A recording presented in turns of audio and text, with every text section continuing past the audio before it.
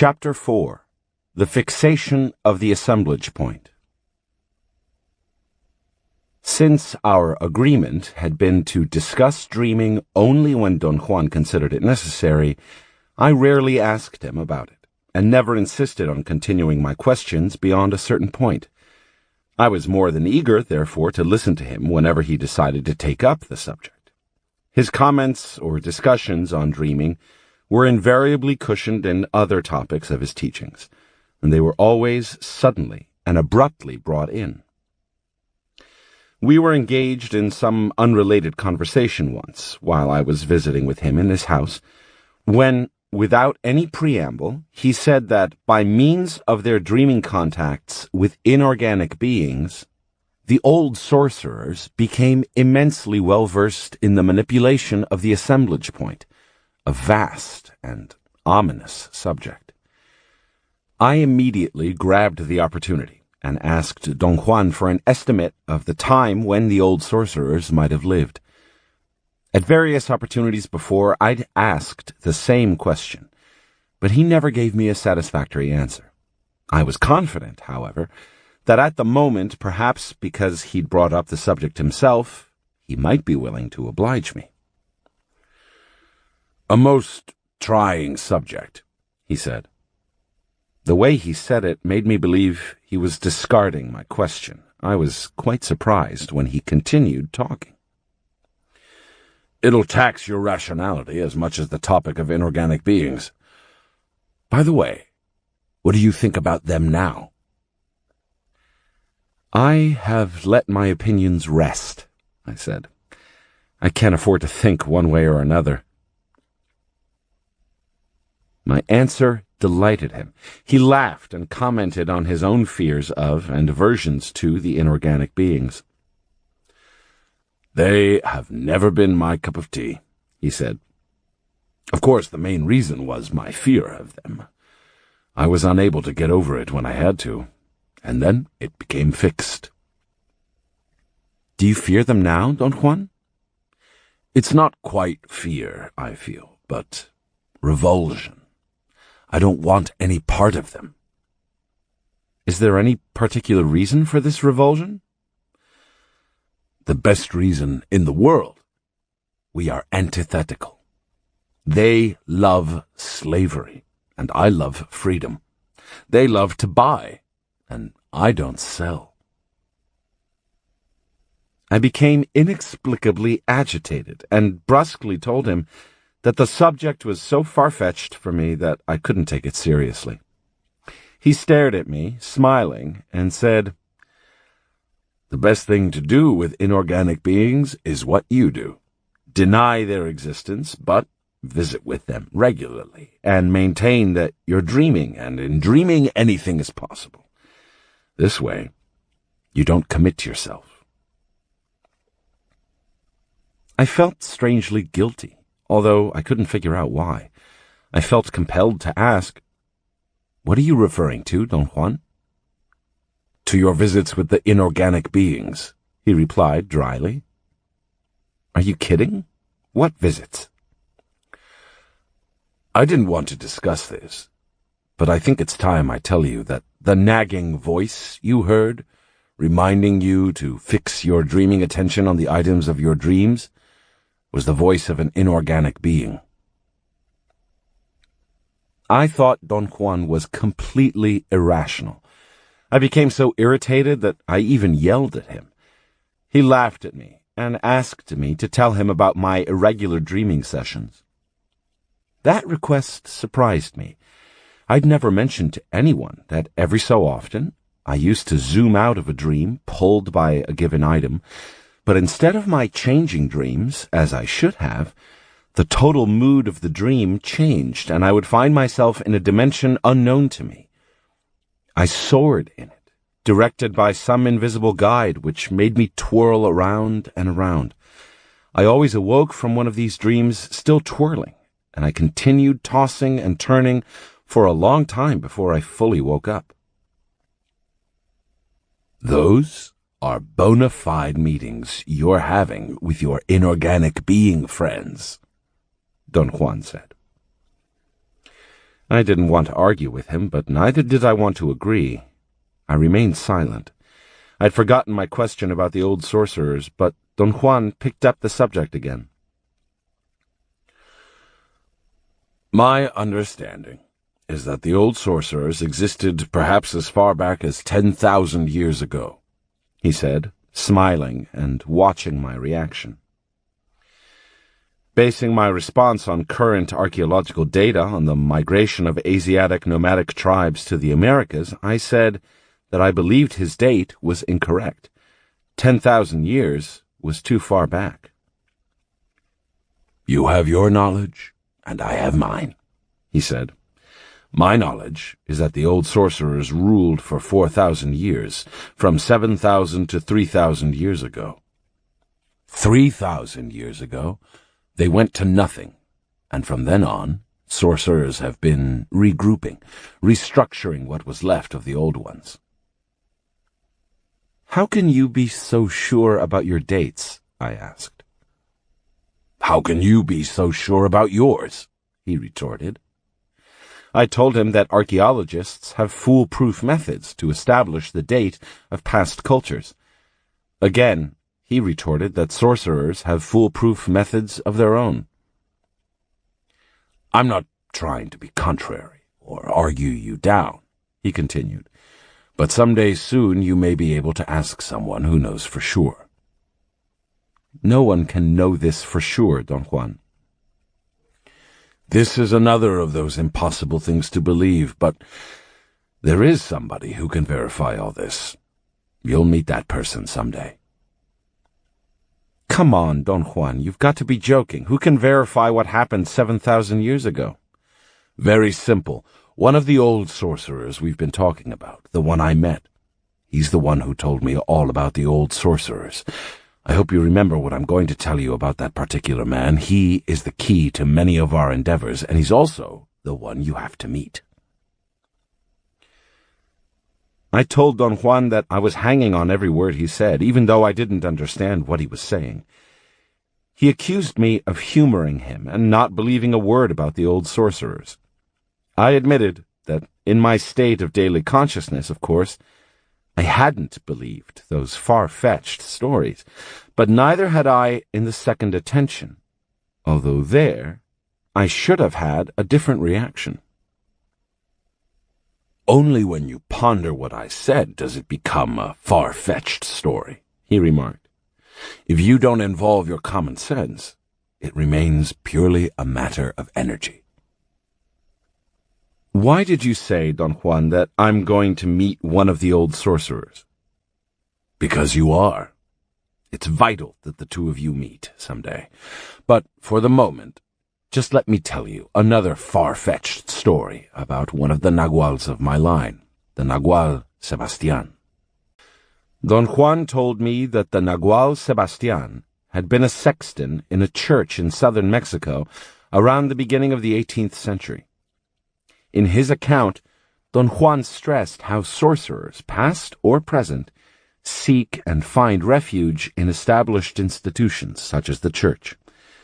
It was his idea that because of their superior discipline, sorcerers are trustworthy employees, and that they're avidly sought by institutions that are always in dire need of such persons.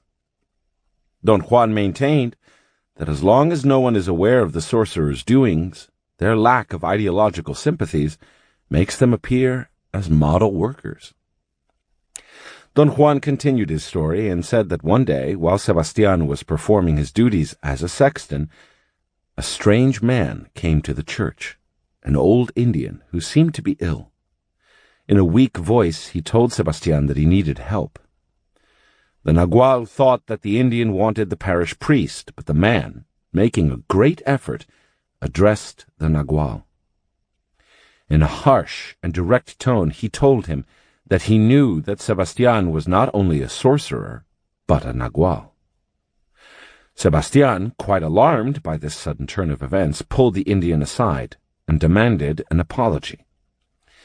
The man replied that he wasn't there to apologize, but to get specialized help. He needed, he said, to receive the nagual's energy in order to maintain his life, which, he assured Sebastian, had spanned thousands of years, but at the moment was ebbing away. Sebastian, who was a very intelligent man, unwilling to pay attention to such nonsense, urged the Indian to stop clowning around. The old man became angry and threatened Sebastian with exposing him and his group to the ecclesiastical authorities if he didn't comply with his request. Don Juan reminded me that those were the times when the ecclesiastical authorities were brutally and systematically eradicating heretical practices among the Indians of the New World. The man's threat was not something to be taken lightly. The Nagual and his group were indeed in mortal danger. Sebastian asked the Indian how he could give him energy. The man explained that Naguals, by means of their discipline, gain a peculiar energy that they store in their bodies, and that he would get it painlessly from Sebastian's energy center on his navel. In return for it, Sebastian would get not only the opportunity to continue his activities unscathed, but also a gift of power. The knowledge that he was being manipulated by the old Indian didn't sit right with the Nagual, but the man was inflexible and left him no alternative but to comply with his request. Don Juan assured me that the old Indian wasn't exaggerating about his claims at all. He turned out to be one of those sorcerers of ancient times, one of those known as the Death Defiers. He had apparently survived to the present by manipulating his assemblage point in ways that only he knew about. Don Juan said that what transpired between Sebastian and that man later became the ground for an agreement that had bound all 6 Naguals who followed Sebastian. The Death Defier kept his word. In exchange for energy from every one of those men, he made a donation to the giver, a gift of power. Sebastian had to accept such a gift, although reluctantly. He'd been cornered and had no other choice. All the other Naguals who followed him, however, gladly and proudly accepted their gifts. Don Juan concluded his story, saying that over time the Death Defier came to be known as the Tenant, and for over 200 years, the Naguals of Don Juan's line honored that binding agreement, creating a symbiotic relationship that changed the course and final goal of their lineage. Don Juan didn't care to explain the story any further, and I was left with a strange sensation of truthfulness, which was more bothersome to me than I could have imagined. "How did he get to live that long?" I asked. "No one knows," Don Juan replied. "All we've known about him for generations is what he tells us. The Death Defier is the one I asked about the old sorcerers, and he told me that they were at their peak 3,000 years ago." "How do you know he was telling you the truth?" I asked. Don Juan shook his head in amazement, if not revulsion. "When you're facing that inconceivable unknown out there," he said, pointing all around him, "you don't fool around with petty lies. Petty lies are only for people who have never witnessed what's out there, waiting for them." "What's waiting for us out there, Don Juan?" His answer, a seemingly innocuous phrase, was more terrifying to me than if he had described the most horrendous thing. "Something utterly impersonal," he said. He must have noticed that I was coming apart. He made me change levels of awareness to make my fright vanish. A few months later, my dreaming practices took a strange turn. I began to get, in my dreams, replies to questions I was planning to ask Don Juan. The most impressive part of this oddity was that it quickly lapsed into my waking hours. And one day, while I was sitting at my desk, I got a reply to an unvoiced question about the realness of inorganic beings. I had seen inorganic beings in dreams so many times I'd begun to think of them as real. I reminded myself I'd even touched one, in a state of semi-normal consciousness in the Sonoran Desert, and my dreams had been periodically deviated to views of worlds I seriously doubted could have been products of my mentality.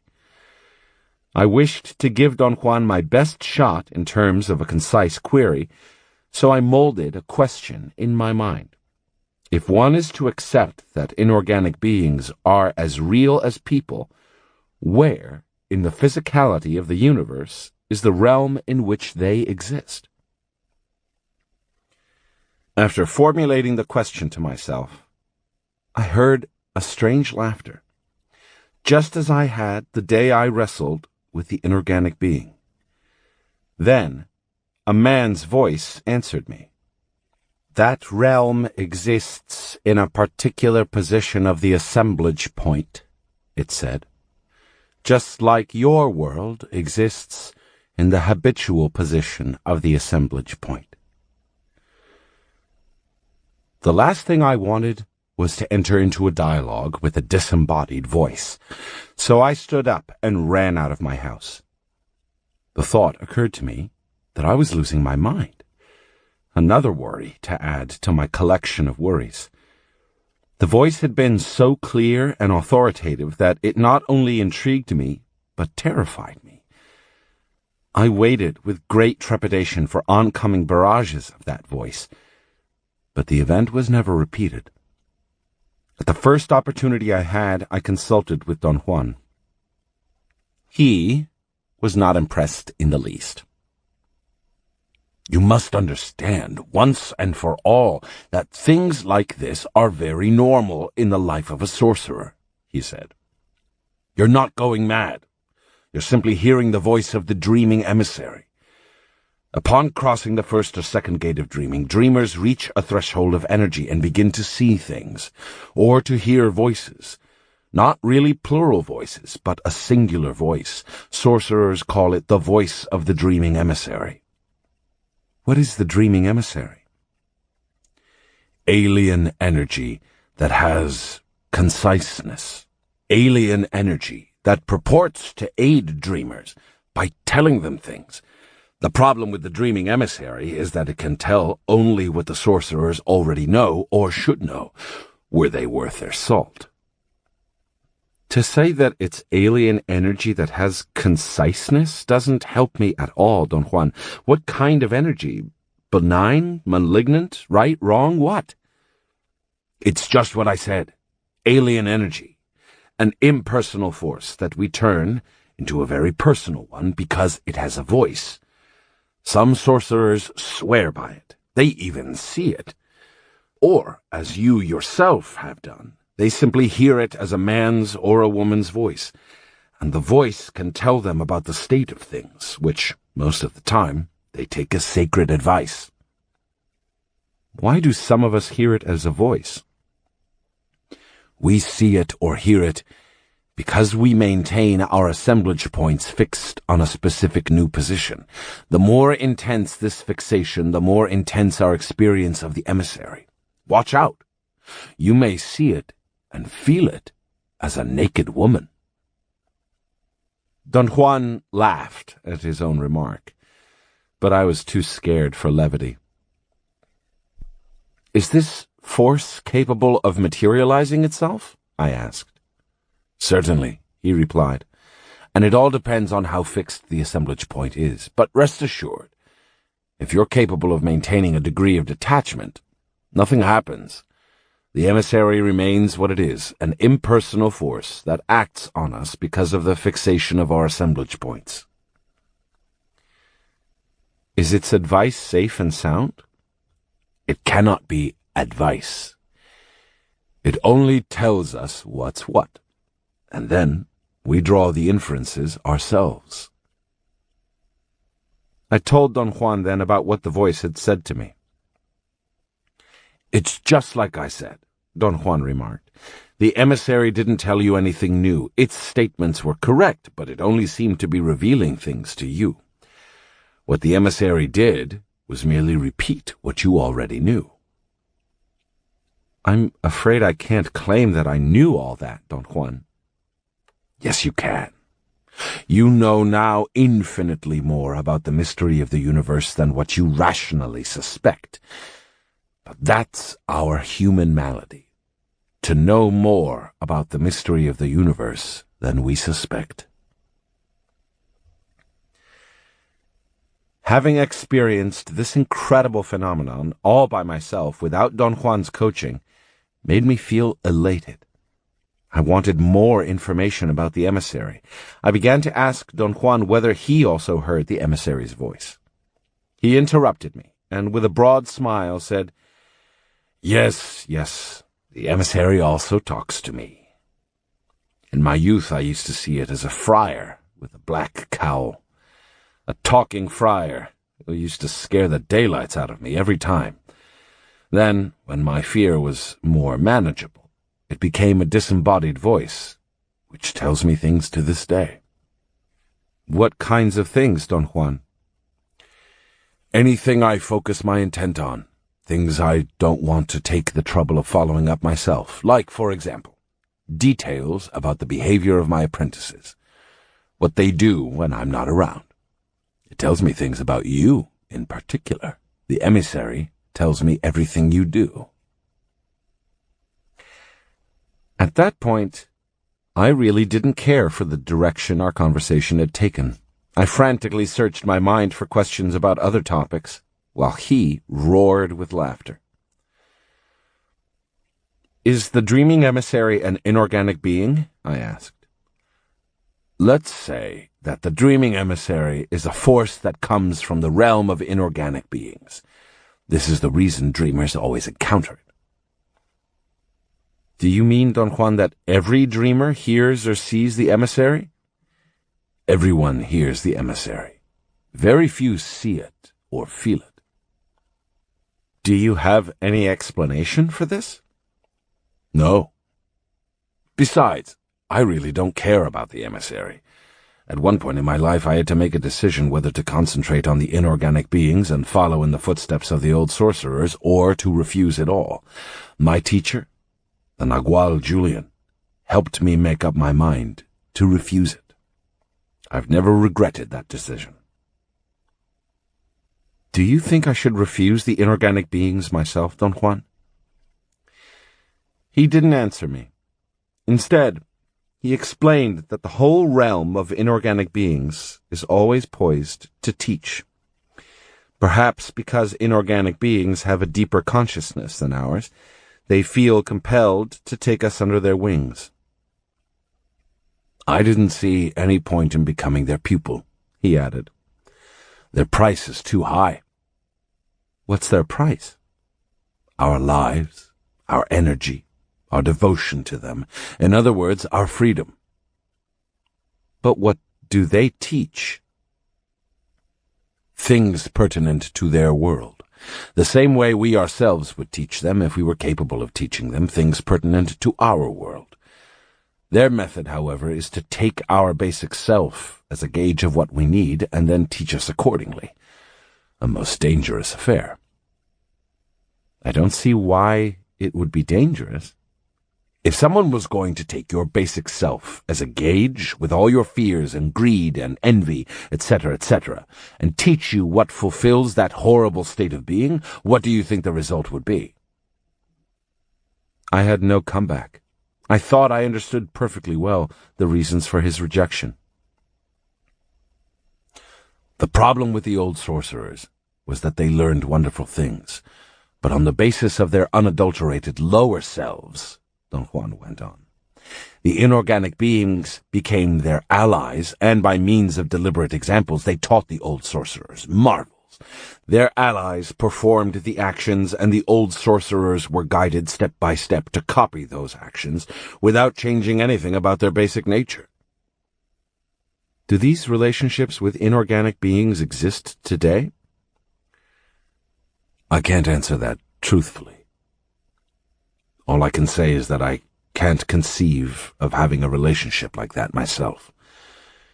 Involvements of this nature curtail our search for freedom by consuming all our available energy. In order to really follow their allies' example, the old sorcerers had to spend their lives in the realm of the inorganic beings. The amount of energy needed to accomplish such a sustained journey is staggering. Do you mean, Don Juan, that the old sorcerers were able to exist in those realms like we exist here? Not quite like we exist here, but certainly they lived. They retained their awareness, their individuality. The dreaming emissary became the most vital entity for those sorcerers. If a sorcerer wants to live in the realm of the inorganic beings, the emissary is the perfect bridge. It speaks, and its bent is to teach, to guide. Have you ever been in that realm, Don Juan? Countless times, and so have you. But there's no point in talking about it now. You haven't cleared all the debris from your dreaming attention yet. We'll talk about that realm someday. Do I gather, Don Juan, that you don't approve of or like the emissary? I neither approve of it nor like it. It belongs to another mood, the old sorcerer's mood. Besides, its teachings and guidance in our world are nonsense, and for that nonsense, the emissary charges us enormities in terms of energy. One day, you will agree with me. You'll see. In the tone of Don Juan's words, I caught a veiled implication of his belief that I disagreed with him about the emissary. I was about to confront him with it when I heard the emissary's voice in my ears. "He's right," the voice said. "You like me because you find nothing wrong with exploring all possibilities. You want knowledge. Knowledge is power. You don't want to remain safe in the routines and beliefs of your daily world." The emissary said all that in English with a marked Pacific Coast intonation. Then it shifted into Spanish. I heard a slight Argentine accent. I had never heard the emissary speaking like this before. It fascinated me.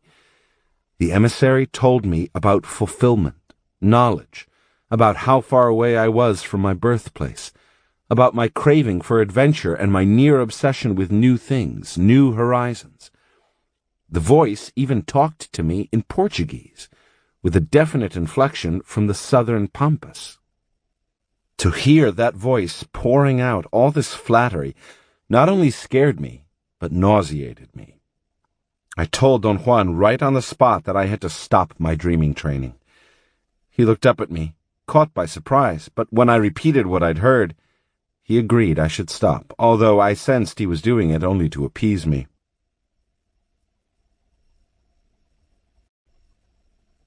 A few weeks later, I found my reaction a bit hysterical, and my decision to withdraw unsound.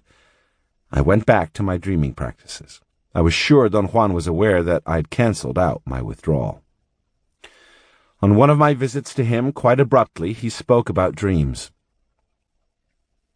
"Just because we haven't been taught to emphasize dreams as a genuine field for exploration doesn't mean they are not one," he began. "Dreams are analyzed for their meaning or are taken as portents, but never are they taken as a realm of real events. To my knowledge, only the old sorcerers did that," Don Juan went on. "But at the end, they flubbed it. They got greedy, and when they came to a crucial crossroads, they took the wrong fork. They put all their eggs in one basket, the fixation of the assemblage point, on the thousands of positions it can adopt." Don Juan expressed his bewilderment at the fact that out of all the marvelous things the old sorcerers learned exploring those thousands of positions, only the art of dreaming and the art of stalking remain. He reiterated that the art of dreaming is concerned with the displacement of the assemblage point. Then he defined stalking as the art that deals with the fixation of the assemblage point on any location to which it is displaced. To fixate the assemblage point on any new spot means to acquire cohesion, he said. You have been doing just that in your dreaming practices. I thought I was perfecting my energy body, I said, somehow surprised at his statement. You are doing that, and much more. You are learning to have cohesion. Dreaming does it by forcing dreamers to fixate the assemblage point. The dreaming attention, the energy body, the second attention, the relationship with inorganic beings, the dreaming emissary are but byproducts of acquiring cohesion. In other words, they are all byproducts of fixating the assemblage point on a number of dreaming positions. What is a dreaming position, Don Juan? Any new position to which the assemblage point has been displaced during sleep. How do we fixate the assemblage point on a dreaming position? By sustaining the view of any item in your dreams, or by changing your dreams at will. Through your dreaming practices, you're really exercising your capacity to be cohesive. That is to say, you're exercising your capacity to maintain a new energy shape by holding the assemblage point fixed on the position of any particular dream you're having. Do I really maintain a new energy shape? Not exactly, and not because you can't, but only because you're shifting the assemblage point instead of moving it. Shifts of the assemblage point give rise to minute changes, which are practically unnoticeable. The challenge of shifts is that they are so small and so numerous that to maintain cohesiveness in all of them is a triumph. How do we know we're maintaining cohesion? We know it by the clarity of our perception. The clearer the view of our dreams, the greater our cohesion. He said then that it was time for me to have a practical application of what I'd learned in dreaming. Without giving me a chance to ask anything, he urged me to focus my attention, as if I were in a dream, on the foliage of a desert tree growing nearby, a mesquite tree. Do you want me to just gaze at it? I asked. I don't want you to just gaze at it. I want you to do something very special with that foliage, he said. Remember that, in your dreams, once you're able to hold the view of any item, you are really holding the dreaming position of your assemblage point. Now, gaze at those leaves as if you were in a dream, but with a slight yet most meaningful variation. You are going to hold your dreaming attention on the leaves of the mesquite tree in the awareness of our daily world. My nervousness made it impossible for me to follow his line of thought. He patiently explained that by staring at the foliage, I would accomplish a minute displacement of my assemblage point. Then, by summoning my dreaming attention through staring at individual leaves, I would actually fixate that minute displacement, and my cohesion would make me perceive in terms of the second attention. He added, with a chuckle, that the process was so simple, it was ridiculous. Don Juan was right. All I needed was to focus my sight on the leaves, maintain it, and in one instant I was drawn into a vortex-like sensation, extremely like the vortexes in my dreams. The foliage of the mesquite tree became a universe of sensory data. It was as if the foliage had swallowed me. But it wasn't only my sight that was engaged. If I touched the leaves, I actually felt them. I could also smell them. My dreaming attention was multisensorial instead of solely visual, as in my regular dreaming. What had begun as gazing at the foliage of the mesquite tree had turned into a dream. I believed I was in a dreamt tree, as I had been in trees of countless dreams. And naturally, I behaved in this dreamt tree as I had learned to behave in my dreams. I moved from item to item, pulled by the force of a vortex that took shape on whatever part of the tree I focused my multisensorial dreaming attention. Vortexes were formed not only on gazing, but also on touching anything with any part of my body. In the midst of this vision or dream, I had an attack of rational doubts. I began to wonder if I had really climbed the tree in a daze and was actually hugging the leaves, lost in the foliage without knowing what I was doing. Or perhaps I'd fallen asleep, possibly mesmerized by the fluttering of leaves in the wind, and was having a dream. But just like in dreaming, I didn't have enough energy to ponder for too long. My thoughts were fleeting. They lasted an instant. Then the force of direct experience blanketed them out completely. A sudden motion around me shook everything and virtually made me emerge from a clump of leaves as if I'd broken away from the tree's magnetic pull. I was facing then, from an elevation, an immense horizon. Dark mountains and green vegetation surrounded me. Another jolt of energy made me shake from my bones out. Then I was somewhere else. Enormous trees loomed everywhere. They were bigger than the Douglas firs of Oregon and Washington State.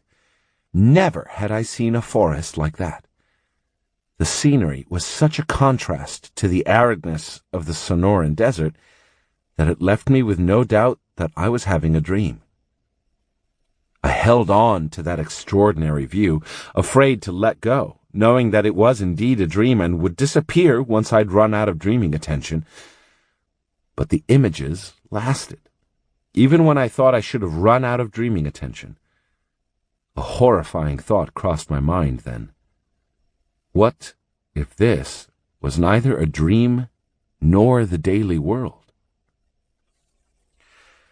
Frightened, as an animal must experience fright, I recoiled into the clump of leaves I'd emerged from. The momentum of my backward motion kept me going through the tree foliage and around the hard branches. It pulled me away from the tree, and in one split second I was standing next to Don Juan, at the door of his house in the desert in Sonora.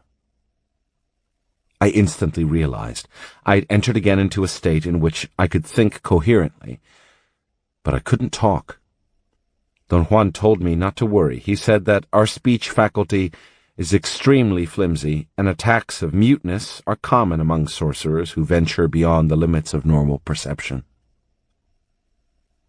My gut feeling was that Don Juan had taken pity on me and had decided to give me a pep talk. But the voice of the dreaming emissary, which I clearly heard at that instant, said that in a few hours and after some rest, I was going to be perfectly well. Upon awakening, I gave Don Juan, at his request, a complete description of what I'd seen and done.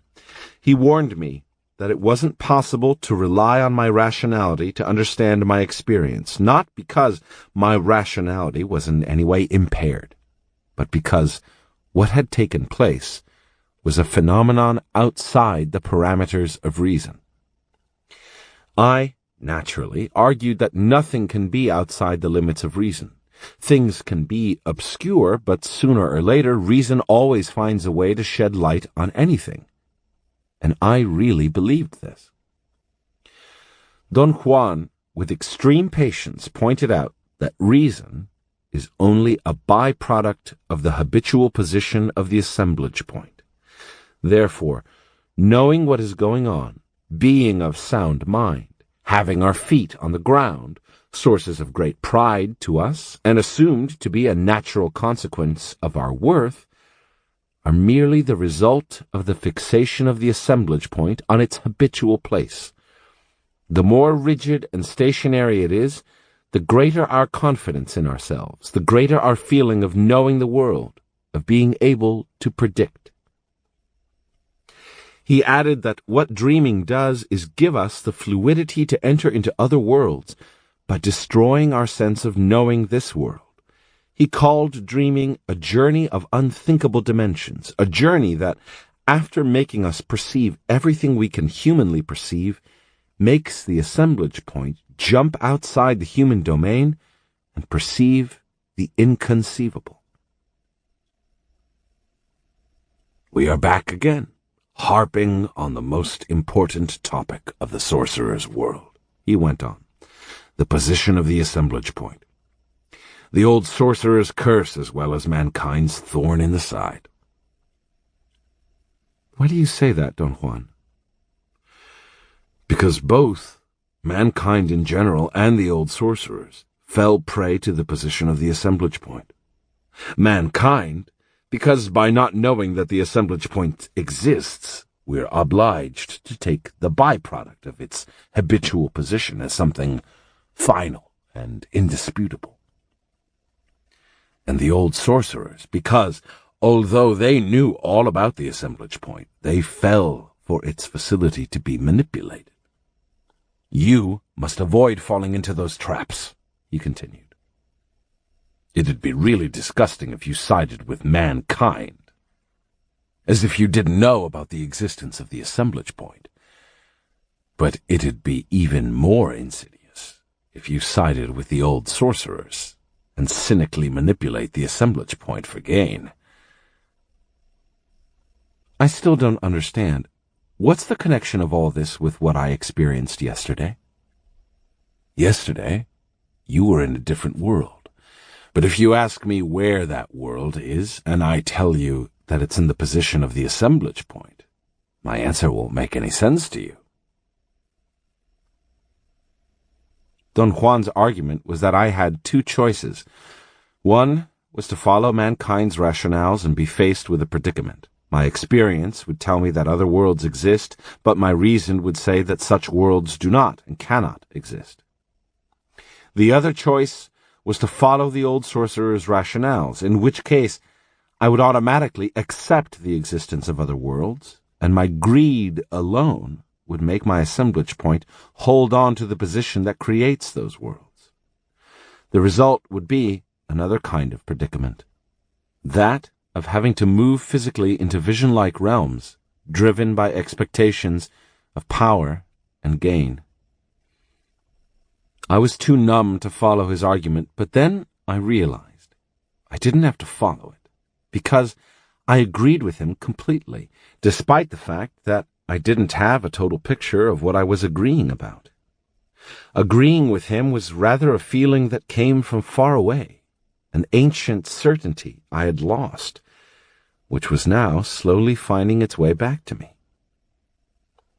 The return to my dreaming practices eliminated these turmoils, but created new ones. For example, after months of hearing it daily, I stopped finding the dreaming emissary's voice an annoyance or a wonder. It became a matter of course for me.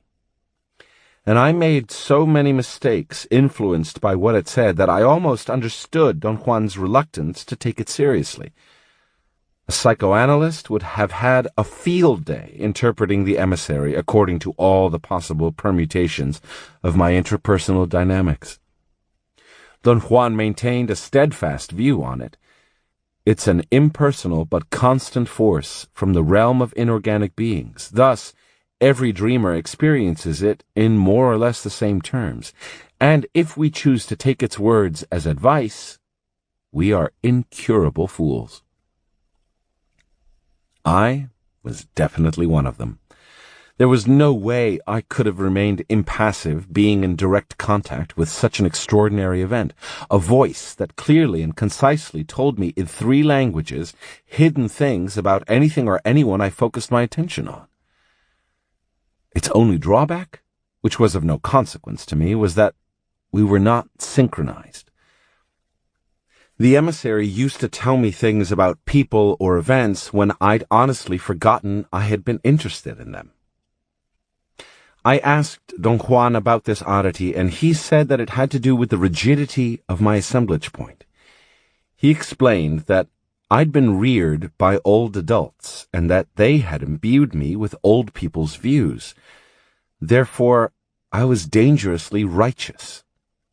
His urge to give me potions of hallucinogenic plants was but an effort, he said, to shake my assemblage point and allow it to have a minimal margin of fluidity. If you don't develop this margin, he went on, Either you'll become more righteous, or you'll become a hysterical sorcerer.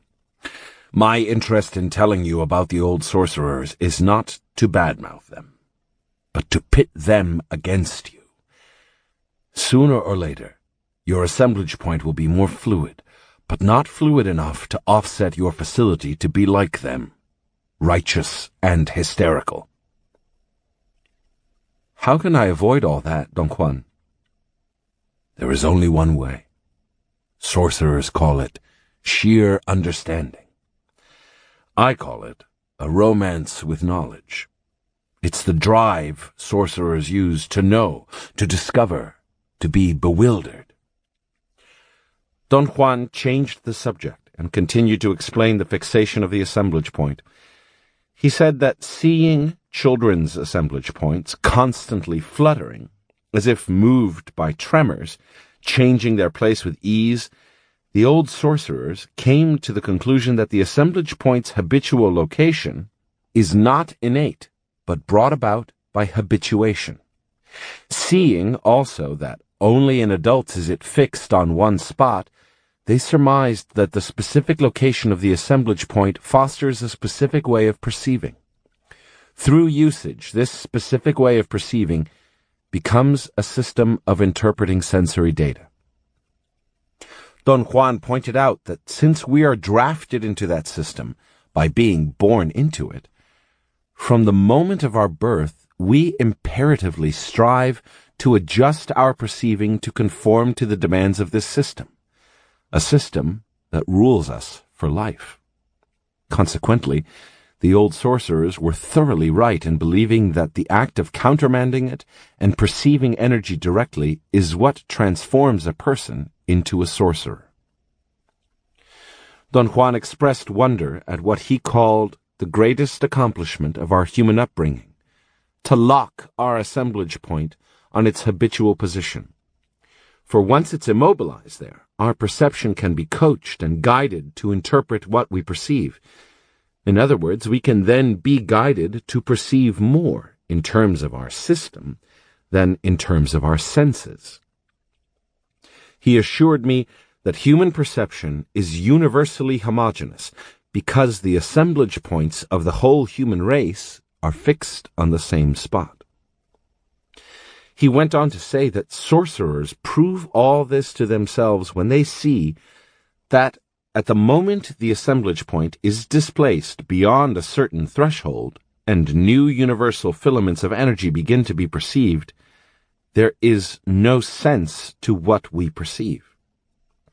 The immediate cause is that new sensory data has rendered our system inoperative. It can no longer be used to interpret what we are perceiving. Perceiving without our system is, of course, chaotic, Don Juan continued. But strangely enough, when we think we have truly lost our bearings, our old system rallies, it comes to our rescue, and transforms our new incomprehensible perception into a thoroughly comprehensible new world. Just like what happened to you when you gazed at the leaves of the mesquite tree. What exactly happened to me, Don Juan? Your perception was chaotic for a while. Everything came to you at once, and your system for interpreting the world didn't function. Then the chaos cleared up, and there you were, in front of a new world. We are again, Don Juan, at the same place we were before.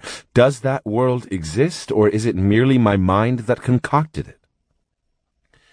We certainly are back, and the answer is still the same. It exists in the precise position your assemblage point was at that moment. In order to perceive it, you needed cohesion, that is, you needed to maintain your assemblage point fixed on that position, which you did. The result was that you totally perceived a new world for a while. But would others perceive that same world? If they had uniformity and cohesion, they would. Uniformity is to hold in unison the same position of the assemblage point. The old sorcerers called the entire act of acquiring uniformity and cohesion outside the normal world stalking perception. The art of stalking, he continued, as I've already said, deals with the fixation of the assemblage point. The old sorcerers discovered through practice that, important as it is to displace the assemblage point, it's even more important to make it stay fixed on its new position, wherever that new position might be. He explained that if the assemblage point doesn't become stationary, there's no way that we can perceive coherently. We would experience then a kaleidoscope of disassociated images. This is the reason the old sorcerers put as much emphasis on dreaming as they did on stalking. One art cannot exist without the other, especially for the kinds of activities in which the old sorcerers were involved. What were those activities, Don Juan?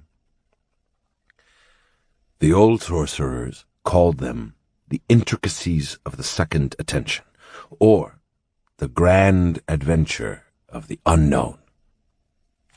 Don Juan said that these activities stem from the displacements of the assemblage point.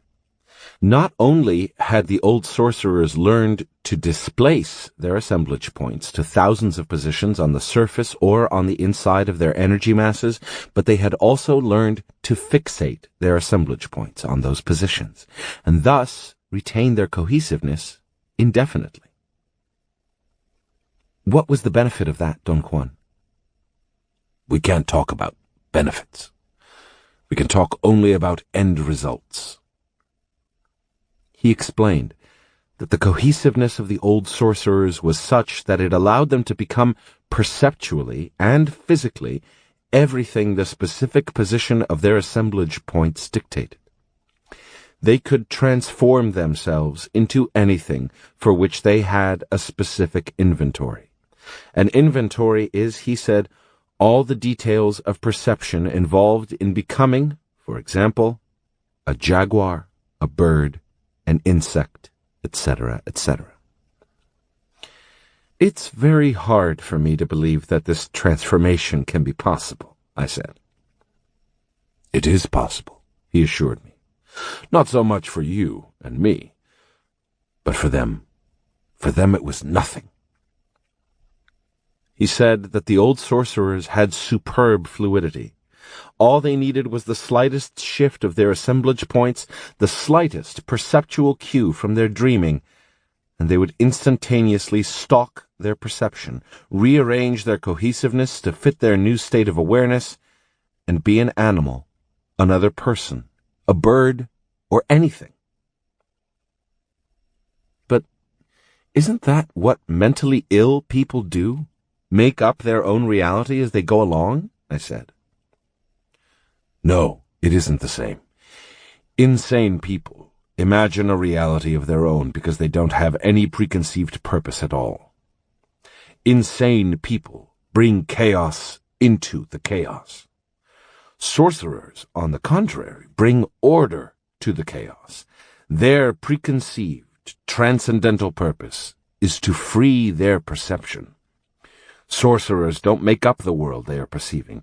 They perceive energy directly, and then they discover that what they're perceiving is an unknown new world which can swallow them whole, because it is as real as anything we know to be real.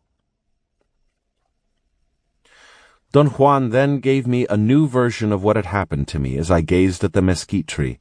He said that I began by perceiving the energy of the tree. On the subjective level, however, I believed I was dreaming because I employed dreaming techniques to perceive energy. He asserted that to use dreaming techniques in the world of everyday life was one of the old sorcerer's most effective devices. It made perceiving energy directly dreamlike, instead of totally chaotic, until a moment when something rearranged perception and the sorcerer found himself facing a new world. The very thing that had happened to me. I told him about the thought I'd had, which I had barely dared to think, that the scenery I was viewing wasn't a dream, nor was it our daily world. It wasn't, he said. I've been saying this to you over and over, and you think that I'm merely repeating myself. I know how difficult it is for the mind to allow mindless possibilities to become real. But new worlds exist. They are wrapped one around the other like the skins of an onion. The world we exist in is but one of those skins. Do you mean, Don Juan, that the goal of your teaching is to prepare me to go into those worlds? No, I don't mean that. We go into those worlds only as an exercise. Those journeys are the antecedents of the sorcerers of today. We do the same dreaming that the old sorcerers used to do, but at one moment we deviate into new ground. The old sorcerers preferred the shifts of the assemblage points, so they were always on more or less known, predictable ground. We prefer the movements of the assemblage point. The old sorcerers were after the human unknown. We are after the non-human unknown. I haven't gotten to that yet, have I? No, you're only beginning. And at the beginning, everyone has to go through the old sorcerers' steps. After all, they were the ones who invented dreaming. At what point will I then begin to learn the new sorcerer's brand of dreaming? You have enormous ground yet to cover. Years from now, perhaps. Besides, in your case, I have to be extraordinarily careful. In character, you are definitely linked to the old sorcerers. I've said this to you before, but you always manage to avoid my probes. Sometimes I even think that some alien energy is advising you. But then I discard the idea. You're not devious. What are you talking about, Don Juan? You've done, unwittingly, two things that worry the hell out of me.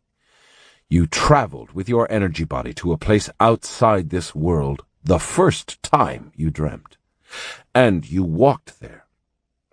And then you traveled with your energy body to another place outside this world, but parting from the awareness of the daily world. Why would that worry you, Don Juan? Dreaming is too easy for you, and that is a damnation if we don't watch it.